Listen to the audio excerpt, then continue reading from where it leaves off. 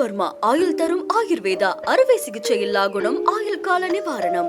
இல்லை, என்னை பொறுத்த வரைக்கும் அந்த பாட்டு தனிப்பட்ட முறையில் என்னை ஈர்க்கவில்லை. நிறைய பேர் என்ன நினைப்பாங்க, இவர் விஜய் சுப்பு அஜித்னா இவருக்கு பிடிக்காது, அதனால இவர் இப்படி சொல்கிறாரு அப்படிலாம் நினைப்பாங்க. அடுத்து ஒரு சிங்கிள் வரப்போகுது அடுத்த வாரம். அந்த சிங்கிள் பார்த்தீங்கன்னா இதை விட பிரமாதமாக எக்ஸ்ட்ராடினரியாக இருக்கும்.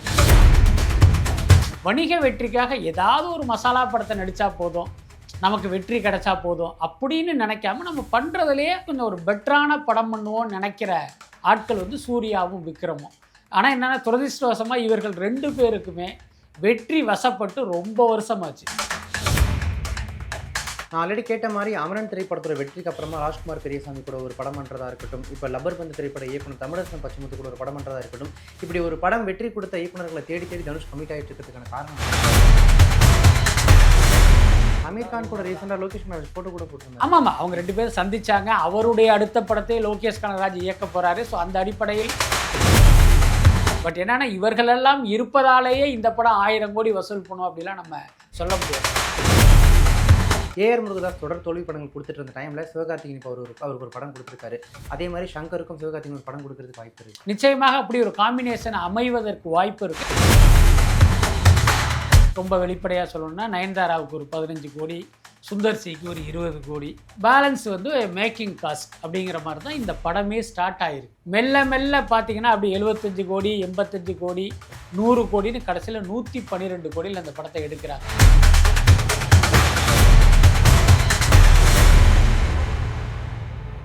சார், அடுத்தடுத்த தோல்வி திரைப்படங்கள்னால லைக்கா ப்ரொடக்ஷன்ஸை இழுத்து மூட போகிறாங்க அப்படின்னு ஒரு பேச்சு ரொம்ப பரவலாக போயிட்டு இருக்கு. உண்மையா சார்? இல்லை, அப்படி தான் திரையுலகில் வந்து பல இடங்கள்லையும் பேசிகிட்டு இருக்காங்க. அதுக்கு லாஜிக்காக என்ன சொல்கிறாங்கன்னா, இவங்க எடுத்த பெரிய படங்கள் எல்லாமே மிகப்பெரிய நஷ்டம். ஸோ அதனால் தொடர்ந்து இவங்களால் சர்வைவல் பண்ண முடியல அப்படிங்கிற காரணங்களை சொல்கிறாங்க. முக்கியமாக கடைசியாக அவங்க தயாரித்த விடாமுயற்சி அவங்களுக்கு வணிக ரீதியில் வந்து ஒரு மிகப்பெரிய நஷ்டம். இன்னொன்று கூட நீங்கள் கேள்விப்பட்டிருப்பீங்க, இப்போ லூசிஃபர் செகண்ட் பார்ட் எம்புரான்னு பேரில் வந்து அந்த ஒரு படம் வருது. அந்த படத்தையே பார்ட்னர்ஷிப்பில் தயாரித்தது லைக்கா தான். அவங்களும் மோகன்லாலுடைய மேனேஜரும் சேர்ந்து பண்ண படம் தான் அது. அந்த பட தயாரிப்பிலேயே இவங்க வந்து ஒப்பந்தம் செய்தபடி கரெக்டாக அவங்களால ஃபீட் பண்ண முடியல. ஸோ அந்தளவுக்கு அவங்களுக்கு வந்து பொருளாதார ரீதியாக ஒரு மிகப்பெரிய நெருக்கடி இருக்கிறதுனால அவங்களால தொடர்ந்து பட தயாரிப்பில் இருக்க மாட்டாங்க அப்படிங்கிற மாதிரி செய்தி தான் வந்துகிட்ருக்கு. அது மட்டும் இல்லை, இந்தியன் திரைப்படம் அதுவும் கூட லைக்கா தயாரிப்பில் எடுக்கப்பட்ட படம் தான். இப்போ லேட்டஸ்ட்டு நகர்வு என்ன அப்படின்னா, அந்த படத்தையே அவங்க ரெட் ஜெயின் கிட்ட ஹேண்ட் ஓவர் பண்ணதாக ஒரு தகவல் இருக்குது. அதாவது இந்தியன் திரை எதிர்காலத்தில் வரும், ஆனால் அதனுடைய தயாரிப்பாளர்களாக ரெட் ஜெயின் நிறுவனம் தான் இருப்பாங்க, லைக்கா இருக்க மாட்டாங்க.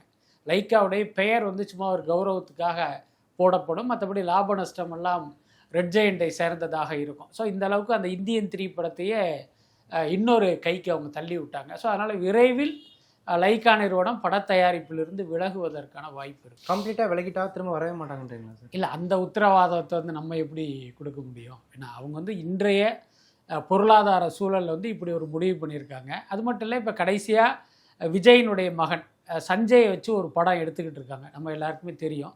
இப்போ ஒரு பேச்சுக்கு சொல்கிறோம் அப்படின்னா, இப்போ அந்த படத்தை எடுத்து இவங்க ரிலீஸ் பண்ணுறாங்க, அது வந்து ஒரு மிகப்பெரிய வெற்றி அடைகிறதா வச்சுக்கோங்க. அப்போ இவங்களுக்கு ஒரு பெரிய லாபம் கிடைக்கும். அந்த வெற்றி தந்த உற்சாகத்தில் மீண்டும் கூட அவங்க பட தயாரிப்பில் ஈடுபடுவதற்கு வாய்ப்பு இருக்குது. பட் இன்னைய சூழ்நிலையில் அவங்க தயாரிப்பிலிருந்து ஒதுங்க போகிறாங்கங்கிற மாதிரி தான் செய்திகள் அடிப்படை. ஓகே சார், குட் பை டக்லி திரைப்படத்தில் அந்த ஃபஸ்ட்டு சிங்கிள் ரிலீஸ் ஆயிருந்துச்சு. டீசருக்கு ஏற்றின ஹைப்பை அந்த ஃபஸ்ட்டு சிங்கிள் குறைச்சிட்டு தான் சொல்கிறாங்க. நீங்கள் பாட்டு கேட்டிங்களா? இல்லை, என்னை பொறுத்த வரைக்கும் அந்த பாட்டு தனிப்பட்ட முறையில் என்னை ஈர்க்கவில்லை. நிறைய பேர் என்ன நினைப்பாங்க, இவர் விஜய் சுப்பு அஜித்னா இவருக்கு பிடிக்காது, அதனால இவர் இப்படி சொல்கிறாரு அப்படிலாம் நினைப்பாங்க. அது முட்டாள் ரசிகர்களுடைய அபிப்பிராயம். அது குறித்து நம்ம ஒன்று சொல்கிறதுக்கு இல்லை. எனக்கு இந்த மாதிரியான பாடல்களும் படங்களும் பிடிக்காது தனிப்பட்ட முறையில். ஏன்னா சினிமா என்பது வேறு, அதான் நம்மளுடைய பார்வை. இன்னொன்று பார்த்திங்கன்னா, அஜித் ரசிகர்களுக்கு அந்த பாடல் பிடிச்சிருக்கா இல்லையா, அதுதான் கேள்வி.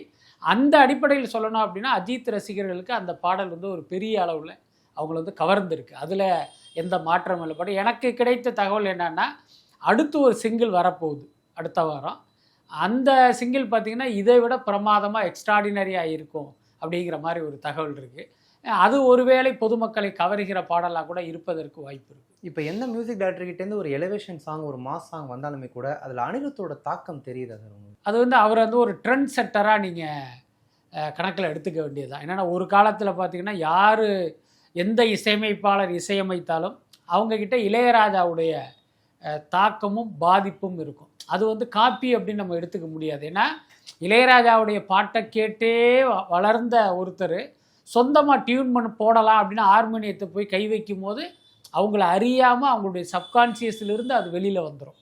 அதுக்கு அடுத்த தலைமுறை பார்த்திங்கன்னா ஏஆர் ரஹ்மான். ஏஆர் ரஹ்மானுடைய வெற்றிக்கு பிறகு பல மியூசிக் டைரக்டர்கள் வந்தாங்க. நீங்கள் சட்டுன்னு கேட்கும்போது ரஹ்மான் சாங் மாதிரி இருக்கே, இது என்ன படம் அப்படின்னு விசாரிச்சிங்கன்னா அது வேற ஒருத்தராக இருப்பார். ஆனால் கேட்குறதுக்கு ரஹ்மானுடைய ஸ்ட்ரோக்கெல்லாம் அப்படியே அது உள்ளர இருக்கும். அதுக்கு அடுத்து இன்றைக்கு ஒரு புதிய இசையமைப்பாளராக வந்த அனிருத் பார்த்திங்கன்னா இன்றைக்கி ஒரு ட்ரெண்ட் செட்டராக மாறியிருக்காரு. அதனால் இன்றைக்கு வருகிறவர்களுடைய இசையமைப்பில் வந்து அனிருத்துடைய பாணி இருக்கும். அது தவிர்க்க முடியாது. அதை நம்ம காப்பி அப்படின்லாம் எடுத்துக்க வேணாம். இப்போ என்ன, ஒரு 20 வயசு பையன் ஒருத்தர் இன்றைக்கி இசையமைப்பாளராக வர்றாருன்னு வச்சுக்கோங்க, அவர் எந்த இசையை கேட்டு வந்து தன்னை வளர்த்துருப்பார் அப்படின்னா அனிருத் இசையை கேட்டு தான் வளர்ந்துருப்பார். அப்போ ஆட்டோமேட்டிக்காக அதை கேட்க கேட்க வந்து சப்கான்சியஸில் அது உள்ளே போய் உட்காந்துரும். மறுபடியும் இவங்ககிட்டேருந்து ஒரு அவுட்புட்டாக வரும்போது பார்த்திங்கன்னா அதனுடைய சாயல்லையே வெளிவரும். ஸோ அதன் காரணமாக அனிருத்துடைய சாயல் வந்து இன்றைய இசையமைப்பாளர்கிட்ட இருக்குன்னு நினைக்கிறேன். Okay sir. Ilaiyaraaja, A R இவங்க எல்லாமே சீனியர்ஸ். ஸோ அடுத்து வந்த ஜூனியர்ஸ் கிட்ட அவங்களுடைய தாக்கம் இருந்தது ஒத்துக்கிற மாதிரியான விஷயம் தான். ஆனால் அனிருத் வந்து ஜிவி பிரகாஷ்குமாராக இருக்கட்டும், யுவன் சங்கர் ராஜாவாக இருக்கட்டும், அவங்களுக்குலாம் ரொம்ப ரொம்ப ஜூனியர். அவங்களோட மியூசிக்கில் இவருடைய மியூசிக்கோட தாக்கம் தெரிகிறது. அது எப்படி சார் இன்ஸ்பிரேஷன்? இல்லை, அதாவது பார்த்திங்கன்னா இதில் வந்து ஜூனியர் சீனியர் அப்படிங்கிறது முக்கியம் இல்லை. அவங்களுடைய இசையில் இருக்கிற தனித்தன்மை தான் காரணம். இப்போ நீங்கள் சொன்ன கேள்விப்படியே வந்தோம் அப்படின்னா, இப்போ எம்எஸ் விஸ்வநாதன் காலத்தில் பல பேர் இசையமைப்பாளராக இருந்தாங்க. ஆனால் பெரிய அளவில் எம்எஸ் விஸ்வநாதனுடைய மார்க்கெட்டையே காலி பண்ணுகிற அளவுக்கு வந்து ஒரு இசை விஸ்வரூபம் எடுத்தது இளையராஜா தான். அப்புறம் இளையராஜா காலத்திலேயும் ஏகப்பட்ட இசையமைப்பாளர்கள் வந்தாங்க. அவருடைய சமகாலத்தில் ஒரு வெற்றிகரமான இசையமைப்பாளராக இருந்தாங்க. ஆனால் அவரே ரீப்ளேஸ் பண்ணுற ஒருத்தராக வந்தது ஏஆர் ரஹ்மான் தான். அப்போ ஏஆர் ரஹ்மானை விட வயதுகள் அதிகமான பல பேர் இருந்தாங்க. அவங்கள விட்டுட்டு எப்படி இவர் ஜெயிச்சார், இவர் எப்படி ஒரு ட்ரெண்ட் செட்டராக மாறினார் அப்படின்னு நம்ம கேட்க முடியாது. எப்பயுமே இது மாதிரியான கலை வடிவங்களுக்கு வயது அப்படிங்கிறது முக்கியமே கிடையாது. அவங்க கொடுக்குற அவுட்புட் எப்படிப்பட்டது அப்படிங்கிறது தான். அந்த அடிப்படையில் நீங்கள் குறிப்பிட்டவர்களை விட அனிருத் கிட்ட வந்து ஒரு கூடுதல் தனித்தன்மை இருப்பதாக இன்றைய இளைஞர்கள் நம்புகிறார்கள். அப்படி வேணால் நம்ம சொல்லலாம். ரொம்ப காலமாக சியான் விக்ரம் இந்த பக்கமாக இருக்கட்டும், அந்த பக்கம் சூர்யாவாக இருக்கட்டும், ஒரு தரமான வெற்றி படத்துக்காக ஒரு கம்பேக்காக வெயிட் பண்ணிட்டு இருக்காங்கன்னு சொல்லலாம். இவருக்கு வீரதீரன் சூரனாக இருக்கட்டும், அந்த பக்கம் ரெட்ரோவாக இருக்கட்டும், ரொம்ப ஹோப்ஃபுல்லான மூவிஸாக தெரியுது. ரெண்டுமே அவங்களுக்கான வெற்றி படங்களாக கம்பேக்காக இருக்கும்னு நினைக்கிறீங்களா? அதாவது பொதுவாகவே எந்த நடிகர்களும் தரமான வெற்றி படத்துக்காக வெயிட் பண்ணுறது இல்லை. அது சூர்யாவாக இருக்கட்டும், விக்ரமாக இருக்கட்டும், கமல்ஹாசனாக இருக்கட்டும், ரஜினிகாந்தாக இருக்கட்டும், அவர்கள் காத்திருப்பதும் உழைப்பதும் வணிக வெற்றிக்காக. சினிமாவை பொறுத்த வரைக்கும் பார்த்திங்கன்னா வணிக வெற்றி தான் இந்த நடிகர்களை வந்து அடுத்த கட்டத்துக்கு நகர்த்தும். அடுத்த கட்டத்துக்கு என்பது என்னென்னா, அவர்கள் வாங்குகிற சம்பளத்தில், அவர்களுடைய படத்தினுடைய வியாபாரத்தில் அடுத்த கட்டத்துக்கு நகர்த்துறது பார்த்திங்கன்னா அந்த வணிக வெற்றி தான். ஸோ அதுதான் இவர்களுக்கு முக்கியமாக இருக்கும். அதனால தான் அதை பேஸ் பண்ணி அதை மனசில் வச்சு தான் இவங்க கதைகளையே தேர்ந்தெடுப்பாங்க. அது சூர்யாவாக இருக்கட்டும், விக்ரமாக இருக்கட்டும். அதே நேரம் மற்ற நடிகர்களுக்கு இவர்களுக்கும் பார்த்திங்கன்னா ஒரு சின்ன வித்தியாசம் என்ன அப்படின்னா, வணிக வெற்றிக்காக ஏதாவது ஒரு மசாலா படத்தை நடித்தா போதும், நமக்கு வெற்றி கிடைச்சா போதும் அப்படின்னு நினைக்காம நம்ம பண்ணுறதுலேயே கமர்ஷியல் படம் பண்ணுவோம், அதுலேயே கொஞ்சம் ஒரு பெட்டரான படம் பண்ணுவோம்னு நினைக்கிற ஆட்கள் வந்து சூர்யாவும் விக்ரமும். ஆனால் என்னென்னா துரதிர்ஷ்டவசமாக இவர்கள் 2 பேருக்குமே வெற்றி வசப்பட்டு ரொம்ப வருஷமாச்சு. இன்னும் சொல்லப்போனால் சூர்யாவுக்கெல்லாம் 10 வருஷத்துக்கு மேலாச்சு. கிட்டத்தட்ட விக்ரமுக்கும் அப்படி தான். இப்போ சமீப காலமாக ஓடிடி நிறுவனங்களில் விக்ரம் படம் குறித்து பிஸ்னஸ் பேசும்போது அவங்க வைக்கிற கேள்வியே பார்த்திங்கன்னா, விக்ரம் கடைசியாக கொடுத்த ஹிட்டு என்னானே தயாரிப்பாளர்கிட்ட நக்கலாக கேட்கிற அளவுக்கு இவர் வெற்றி படம் கொடுத்தே ரொம்ப காலமாச்சு. அதனால் இவங்க வந்து ஒரு தரமான வெற்றிக்காக காத்திருக்காங்கன்னு சொல்ல முடியாது, வெற்றிக்காக காத்திருக்காங்க. வீரதீர சூரன் வந்து அந்த வெற்றியை கொடுக்கும் அப்படிங்கிற ஒரு நம்பிக்கையை கொடுத்துருக்கு. ரெட்ரோ குறித்து எனக்கு வந்து எந்த அபிப்பிராயம் இல்லை. ஸோ அது அந்த படம் வந்தால் தான் நம்ம பேச முடியும். Okay sir. இந்த தனுஷ் அஜித் படம் பற்றி நிறைய விஷயங்கள் போயிட்டுருக்கு. நீங்கள் தான் ஃபஸ்ட்டு எடுத்துகிட்டு வந்தீங்க இப்படி ஒரு படம் பண்ண போகிறாங்கன்னு. ஒரு பக்கம் ஜூனில் வந்து ஷூட்டிங் ஆரம்பிக்க போகுதுன்னு சொல்கிறாங்க. இன்னொரு பக்கம் அது பேச்சுவார்த்தை அளவில் தான் இருக்குது, நடக்கிறது ரொம்ப கஷ்டம்னு சொல்லிட்டு இருக்காங்க. ஏன்னா தனுஷ் வேறு அடுத்தடுத்த படங்கள் கமிட் பண்ணிட்டு இருக்காரு. தமிழரசன் பச்சமுத்துவாக இருக்கட்டும், அந்த பக்கம் வந்து இப்படி அடுத்தடுத்த வெற்றி படங்கள் கொடுத்த டேரக்டர்ஸ் அவர் கமிட் பண்ணிட்டு இருக்காரு. இந்த பக்கம் அஜித் கூட படம் பண்ண போகிறாருன்றாங்க. என்ன நிலவரம் சார்? ஆக்சுவலி பார்த்தீங்கன்னா அஜித் படத்தை தனுஷ் வந்து பண்ண போகிறது உறுதி, அதில் எந்த மாற்றமும் இல்லை. ஆனால் நீங்கள் சொல்கிற மாதிரி ஜூன் மாதம் அந்த படம் துவங்குவதற்காக எந்த வாய்ப்புமே இல்லை. என்ன காரணம் அப்படின்னா, அஜித்தை பொறுத்த வரைக்கும் ஆகஸ்ட் வரை அந்த ரேஸில் இருக்கார். இப்போ நடக்கிற ரேஸ் குறித்து ஒரு கூடுதல் தகவல் என்னன்னா, அது கிட்டத்தட்ட ஒரு ஐபிஎல் மேட்ச் மாதிரி. இது எப்படி வெவ்வேறு ஊர்களில் வெவ்வேறு அணிகள் மோதுதோ அதே மாதிரி இது கிட்டத்தட்ட 10 நாடுகளில் இந்த மேட்ச் நடக்குது. அதுக்கு வந்து இவர் போயிருக்காரு. அதனால் இவரை பொறுத்த வரைக்கும் ஆகஸ்ட் வரைக்கும் ரேஸ் தான், சினிமா கிடையாது. அக்டோபருக்கு மேலே தான் இவர் டேட், இன்னும் சொல்லப்போனால் நவம்பரில் தான் இவர் வந்து அடுத்த படத்துக்கான டேட்டு அப்படின்னு மைண்டில் வச்சுருக்காரு. இப்போ இந்த தனுஷ் விஷயம் என்னன்னா, இவங்க வந்து முதல் கட்ட பேச்சுவார்த்தை தனுஷ் படத்தில் பண்ணுறது அப்படின்னு அவர் முடிவு பண்ணிட்டாரு. இவர் சொன்ன அவுட்லைனை ஓகே பண்ணிட்டாரு. இப்போ என்னன்னா, ஏப்ரல் மாதம் அஜித் வந்து சென்னை வராரு, ஒரு சின்ன ஷார்ட் பிரேக்கில் வராரு. அப்போ தனுஷும் இவரும் சந்திப்பதற்கு வாய்ப்பு இருக்குது. அந்த சந்திப்பில் இவர் முழு கதையும் முழு ஸ்கிரிப்டையும் இப்போ அஜித் கிட்ட அவர் சொல்ல போகிறாரு. அது அவருக்கு ஓகேவாக இருக்கும் பட்சம் அஜித்துடைய அடுத்த படத்தை வந்து தனுஷ் இயக்குவார். இதுதான் எனக்கு கிடைத்த ரொம்ப ஒரு ரிலையபிள் சோர்ஸ் சொன்ன தகவல். இதில் ஒரு கண்டிஷன் சப்ளை என்ன அப்படின்னா, இந்த குட் பேட் அக்லி அதுக்கு முன்னாலே ரிலீஸ் ஆகிடும் ஏப்ரல் 10.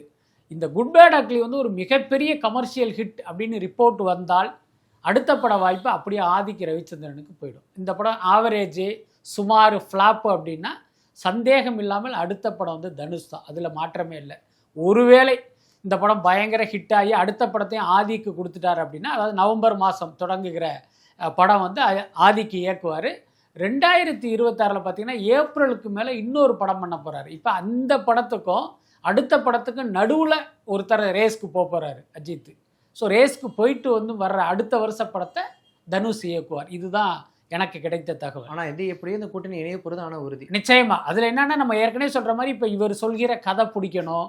அதுக்கப்புறம் பார்த்தீங்கன்னா, இப்போ அஜித் வந்து ஒரு சம்பளம் கேட்பார்.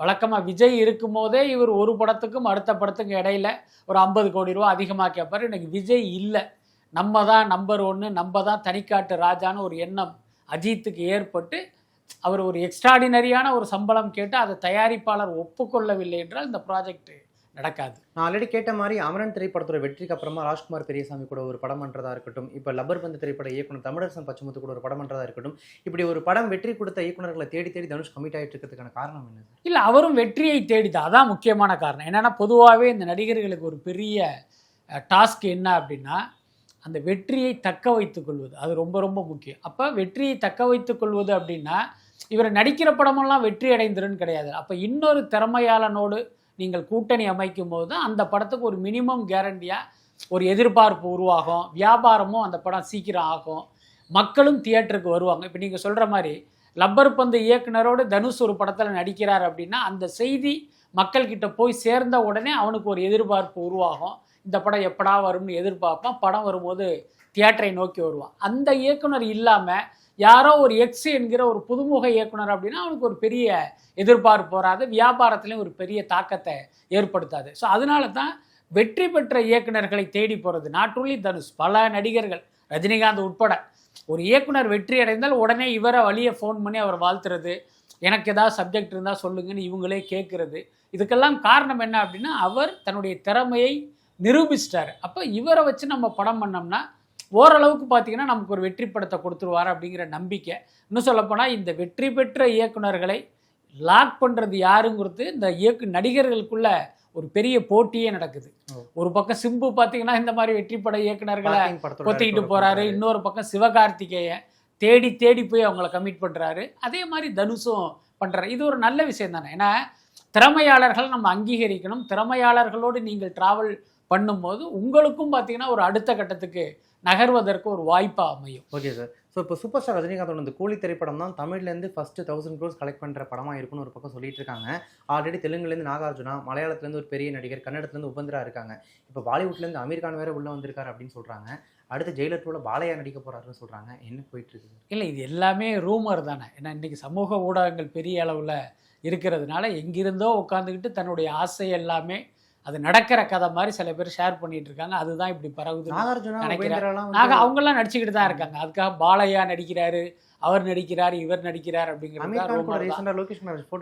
ஆமாம், அவங்க 2 பேரும் சந்திச்சாங்க. அவருடைய அடுத்த படத்தை லோகேஷ் கனகராஜ் இயக்க போறாரு. ஸோ அந்த அடிப்படையில் ஏதாவது அவர் தலை காட்டி இருப்பதற்கு வாய்ப்பு இருக்கு. ஆனால் அதிகாரப்பூர்வமாக அது குறித்து எந்த தகவலும் இல்லை. இன்னொரு பக்கம் ஜெயிலர் 2லயே அமீர் கான் நடிக்கிறாருலாம் ஒரு தகவல் போயிட்டு இருக்கு. அதனால அது அதிகாரப்பூர்வமாக அறிவிக்கும் போது தான். பட் என்னன்னா, இவர்களெல்லாம் இருப்பதாலேயே இந்த படம் 1000 கோடி வசூல் பண்ணும் அப்படிலாம் நம்ம சொல்ல முடியாது. ஏன்னா அந்த கண்டென்ட்டில் என்ன இருக்குது அப்படிங்கிறது தான் முக்கியம். ஏன்னா இப்படி தான் கங்குவா குறித்தெல்லாம் ஒரு பெரிய பில்டப் பண்ணப்பட்டது. கடைசியில் பார்த்திங்கன்னா அந்த படம் எதுக்குமே தேரலை. அதனால் கூலியை பொறுத்த வரைக்கும் கண்டென்ட்டு சிறப்பாக இருந்தால் நிச்சயமாக 1000 கோடி வசூல் பண்ணுவதற்கு வாய்ப்பு இருக்குது. Okay sir. ஒரு டைமில் தமிழ் சினிமாவினுடைய அடையாளம் அப்படின்னு சங்கர் சாரை சொல்லலாம். இந்தியன் 2, கேம் சேஞ்சர், அடுத்தடுத்த படங்கள் தோல்வி, இந்தியன் 3 என்ன நிலைமையில் இருக்குன்னு தெரியல.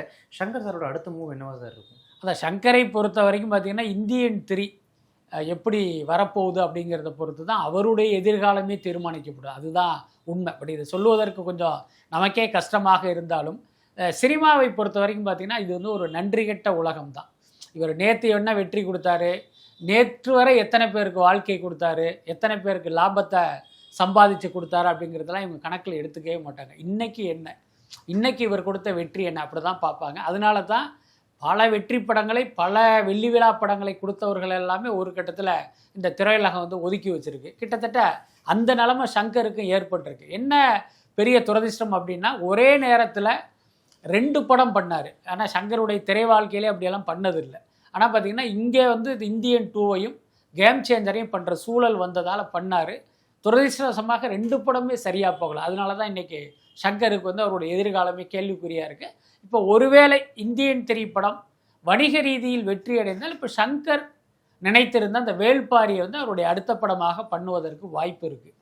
ஒருவேளை இந்தியன் 3 வந்து எதிர்பார்த்த அளவுக்கு போகலை அல்லது இந்தியன் 3 அடுத்த கட்டத்துக்கு நகரலை அப்படின்னா இவரால் வேள்பாரி படத்தை பண்ண முடியாது. அதுதான் யதார்த்தம். என்னென்னா ஏற்கனவே அவரே சொன்ன மாதிரி இதை ஒரு 3 பார்ட்டில் எடுக்கிற பிளானில் இருக்காங்க. 1000 கோடி பட்ஜெட். என்ன அப்போ 1000 கோடி பட்ஜெட் அப்படின்னா அதை போடுவதற்கான முதலீடு பண்ணுவதற்கான சரியான தயாரிப்பாளர் கிடைக்கணும். ஆனால் இன்றைக்கி சங்கர் இப்படி தோல்வி படத்தை கொடுத்த இந்த நேரத்தில் இவரை நம்பி 1000 கோடி முதலீடு பண்ண யாரும் வருவாங்கன்னா சந்தேகம்தான். அதனால் இந்தியன் 3ஐ வைத்து தான் இவருடைய அடுத்த கட்டம் அப்படின்னு வேணால் சொல்லலாம். சிவகார்த்திகேயன் ஆரம்ப காலத்தில் வந்து ஏஆர் முருகதாஸ், சங்கர் இவங்களோட டைரக்ஷனில் நடிகர் தான் கனவுன்னு சொல்லியிருந்தாரு. ஏஆர் முருகதாஸ் தொடர் தோல்வி படங்கள் கொடுத்துட்டு இருந்த டைமில் சிவகார்த்திகேயன் இப்போ அவருக்கு ஒரு படம் கொடுத்துருக்காரு. அதே மாதிரி சங்கருக்கும் சிவகார்த்திகேயன் ஒரு படம் கொடுக்கறதுக்கு வாய்ப்பு இருக்கா? இல்லை, அப்படி பார்த்தீங்கன்னா சிவகார்த்திகேயன் சங்கருக்கு வாழ்க்கை கொடுப்பாரா அப்படிங்கிற ஒரு டோன் இருக்கு. பட் அது எப்படி வேணாலும் நடக்கலாம். என்னன்னா இப்போ நீங்கள் சொல்கிற மாதிரி இப்போ இவர் தொடர் தோல்வியில் வந்து ஒரு படி இறங்கியிருக்காரு. சிவகார்த்திகேயன் தொடர் வெற்றியினால் கொஞ்சம் அப்படி மேலே ஏறி இருக்காரு. அதனால் நிச்சயமாக அப்படி ஒரு காம்பினேஷன் அமைவதற்கு வாய்ப்பு இருக்குது. அப்படி அமைஞ்சா சங்கருங்கிற ஒரு மிகப்பெரிய இயக்குனர் படத்தில் சிவகார்த்திகேயன் நடிப்பதாக நம்ம எடுத்துக்கலாம். சங்கருக்கு சிவகார்த்திகேயன் வாழ்க்கை கொடுத்ததா நம்ம எடுத்துக்க முடியாது. Okay sir. நயன்தாரா அவர்களுக்கு மார்க்கெட் போயிடுச்சு, இப்போ தமிழ் சினிமாவில் அவங்களுக்கு மவுஸ் இல்லை அப்படின்னு ஒரு பக்கம் சொல்லப்பட்டு வந்துட்டு இருந்தாலும் கூட அவங்களை லீடாக வச்சு மூக்குத்தி அம்மன் 2 படத்துக்கு பட்ஜெட் 100 கோடி 200 கோடின்றாங்க. அவங்களோட ஹேட்டர்ஸ்க்கெலாம் பதிலடியாக இருக்குன்றாங்க. அந்த படம் பற்றி நீங்கள் கேள்விப்பட்டதுங்க சார்? இல்லை, மூக்குத்தி அம்மன் 2 பொறுத்த வரைக்கும் அது பாருங்கள், அந்த பட ப்ராஜெக்ட் வந்து பேசப்படும் போது, ஏன்னா அந்த படக்குழுவில் இருந்த ஒரு நண்பர் சொன்ன தகவலையும் நான் உங்ககிட்ட ஷேர் பண்ணுறேன். இந்த ப்ராஜெக்ட் பற்றி ஐஸ்வரி கணேஷோட முதல் கட்டமாக சுந்தர்சி பேசும்போது 55 கோடியில் தான் இந்த படத்தையே ஸ்டார்ட் பண்ணியிருக்காங்க. நயன்தாராவுக்கு ஒரு சம்பளம், சுந்தர்சிக்கு ஒரு சம்பளம். ரொம்ப வெளிப்படையாக சொல்லணும்னா நயன்தாராவுக்கு ஒரு 15 கோடி, சுந்தர்சிக்கு ஒரு 20 கோடி, பேலன்ஸ் வந்து மேக்கிங் காஸ்ட் அப்படிங்கிற மாதிரி தான் இந்த படமே ஸ்டார்ட் ஆகிருக்கு. ஆனால் சார் அதுக்கப்புறம் அவர்களை விட சுந்தர்சி அவர்களுக்கு சம்பளம். ஆமாம், ஏன்னா இந்த படம் என்னென்னா அரண்மனை 4 வந்து ஒரு பெரிய வெற்றி. அதனால் என்னென்னா இந்த சம்பளத்தை கேட்டு தான் அவர் இந்த ப்ராஜெக்டுக்குள்ளேயே வராரு. அதனால் என்னென்னா இப்படி ஆரம்பிக்கிற படம் மெல்ல மெல்ல பார்த்தீங்கன்னா அப்படி 75 கோடி 85 கோடி 100 கோடின்னு கடைசியில் 112 கோடியில் அந்த படத்தை எடுக்கிறாங்க. என்னென்னா அப்படி பேசி பேசி இந்த ஆசையை வளர்ப்பது போல் இந்த ப்ராஜெக்ட் மீது பார்த்திங்கன்னா இதை இப்படி பண்ணணும் அப்படி பண்ணணும் அப்படி பண்ணணும்னு சொல்லி இன்றைக்கி 112 கோடியாக வந்து லாக் பண்ணியிருக்காங்க. இப்போ என்னென்னா முதல்ல வந்து ஒரு தமிழ் படமாக பிளான் பண்ணாங்க. இப்போ இவ்வளோ பெரிய பட்ஜெட்டில் எடுக்கிறதுனால அதை ஒரு பேன் இண்டியா படமாக எடுத்துகிட்டு போவோம். அதாவது இது வந்து ஒரு அம்மன் படம் தான்.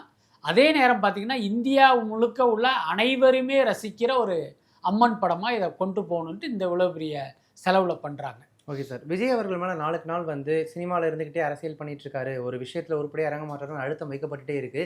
இப்போ ரீசெண்டாக வெளிவந்த நம்ம கேள்விப்படுற விஷயம் என்ன அப்படின்னா, அடுத்த 25 நாட்களுக்குள்ள ஜனநாயகன் ஷூட்டிங்கை முடிச்சுட்டு கம்ப்ளீட்டாக அரசியலுக்குள்ளே வந்து என்ட்ரி ஆக போகிறாரு. இதுக்கப்புறம் முழு அரசியல்வாதியை பார்ப்பீங்க அப்படின்னு சொல்கிறாங்க. எந்த அளவுக்கு சார்? இல்லை, ஏற்கனவே அது விஜய் சொன்னது தானே, என்னுடைய கடைசி படம் ஜனநாயகன் தான், அதுக்கப்புறம் முழுக்க முழுக்க நான் அரசியலுக்கு வரப்போகிறேன் அப்படின்னு ஏற்கனவே அறிவிச்சுட்டு தான் கட்சி ஆரம்பித்தார். அது இல்லாமல் பல்வேறு சந்தர்ப்பங்களில் என்னுடைய அந்த உச்ச ஸ்தானத்தை விட்டுட்டு நான் மக்களுக்கு சேவை பண்ண வரேன்னா அவர் தொடர்ந்து பேசிக்கிட்டு தான் இருக்கார். ஸோ இந்த முடிவை பொறுத்த வரைக்கும் அவர் ஏற்கனவே அறிவித்தது தான். ஸோ அந்த அடிப்படையில் ஜனநாயகனுடைய ஷூட்டிங் நடந்துக்கிட்டு இருக்குது. எனக்கு கிடைத்த தகவல் என்னென்னா இன்னொரு 40லேருந்து 45 நாள் ஷூட்டிங் பாக்கி இருக்குது. அதில் விஜயுடைய போர்ஷன் எத்தனை நாள் அப்படிங்கிறது குறித்து உறுதியான தகவல் இல்லை. இப்போ நீங்கள் சொல்கிற மாதிரி அவருடைய போர்ஷனுங்கிறது ஒரு 25 நாட்கள் கூட இருப்பதற்கு வாய்ப்பு இருக்குது. அதை முடிச்சுட்டா அவர் முழு நேர அரசியல்வாதி தான், அதில் எந்த மாற்றம் இல்லை. அவரை பொறுத்த வரைக்கும் அவர் என்ன சொன்னாரோ அதன்படி கரெக்டாக ஒர்க் பண்ணிகிட்டு இருக்காரு. மற்றபடி அவர் இதில் ஒரு கால் வைக்கிறார், அதில் ஒரு கால் வைக்கிறார் அப்படின்னு சொல்கிறதெல்லாம் ஒரு சரியான விமர்சனம் இல்லைன்னு நினைக்கிறேன். ஏன்னா நான் சினிமாவிலையும் நடிப்பேன், அரசியல்லையும் இருப்பேன் அப்படின்னு ஒருவேளை அவர் சொல்லியிருந்தா இந்த விமர்சனம் வந்து சரியான விமர்சனம். என்ன இதில் ஒரு கால் அதில் ஒரு கால் வச்சுருக்காரு நம்ம கேட்கலாம். ஆனால் அவர் ஆல்ரெடி அனௌன்ஸ் பண்ணிட்டார், நான் வந்து சினிமாவை விட்டு போகிறேன், அரசியலில் தான் நான் முழு நேரமாக இயங்க போகிறேன்னு அவர் சொல்லிட்டார். சொன்னதுக்கப்புறம் இப்படி ஒரு விமர்சனத்தை எப்படி வைக்க முடியும்? அது சரியானது இல்லைன்னு நினைக்கிறேன். ஓகே சார், இந்த பார்க்கிங் டைரக்டர் ராம்குமாரோட டைரக்ஷனில் STR 49ல் சிம்பு அவர்கள் கூட சேர்ந்து சந்தானம் இன்னொரு ஹீரோவும் நடிக்க போகிறாரு, சிம்பு கேட்டு அவர் ஓகே சொல்லிட்டாரு அப்படின்ற மாதிரிலாம் சொல்லிட்டு இருக்காங்க. அண்ட் டிராகன் பட வெற்றிக்கு அப்புறமா அந்த ஹீரோயின் தான் அதில் கதாநாயகியாகவும் நடிக்க போகிறாங்கன்னு சொல்கிறாங்க. அந்த காஸ்டிங் பற்றி கொஞ்சம் சொல்லுங்கள். இல்லை, அதான் அந்த படத்தை பொறுத்த வரைக்கும் சந்தானம் வந்து ஒரு முக்கிய கேரக்டரில் நடிக்கிறாரு. அதே நேரம் அவர் வெறும் காமெடியனாக மட்டும் இல்லை, அதுதான் எனக்கு கிடைச்ச தகவல். இன்னும் சொல்லப்போனால் அந்த கேரக்டருடைய ஃபினிஷிங்கே பார்த்திங்கன்னா ஒரு மாதிரி சோகமாக எமோஷ்னலாக முடிகிற மாதிரி அந்த கேரக்டரை வந்து இவங்க எழுதியிருக்காங்க. அதுக்கப்புறம் நம்ம ஏற்கனவே கேள்விப்பட்ட மாதிரி கயாத் அந்த படத்தில் ஹீரோயினாக நடிக்கிறாங்க. அது ஒரு கல்லூரி பின்னணியில் நடக்கிற கதை. இந்த அளவுக்கு தான் எனக்கு தெரியும். ஏப்ரல் மாதம் அந்த படத்தினுடைய பூஜை போட்டு ஒரு சில நாட்கள் ப்ரோமோ ஷூட் பண்ணிவிட்டு அதுக்கப்புறம் அந்த படத்தினுடைய ஷூட்டிங் ஆரம்பிக்கிறாங்க.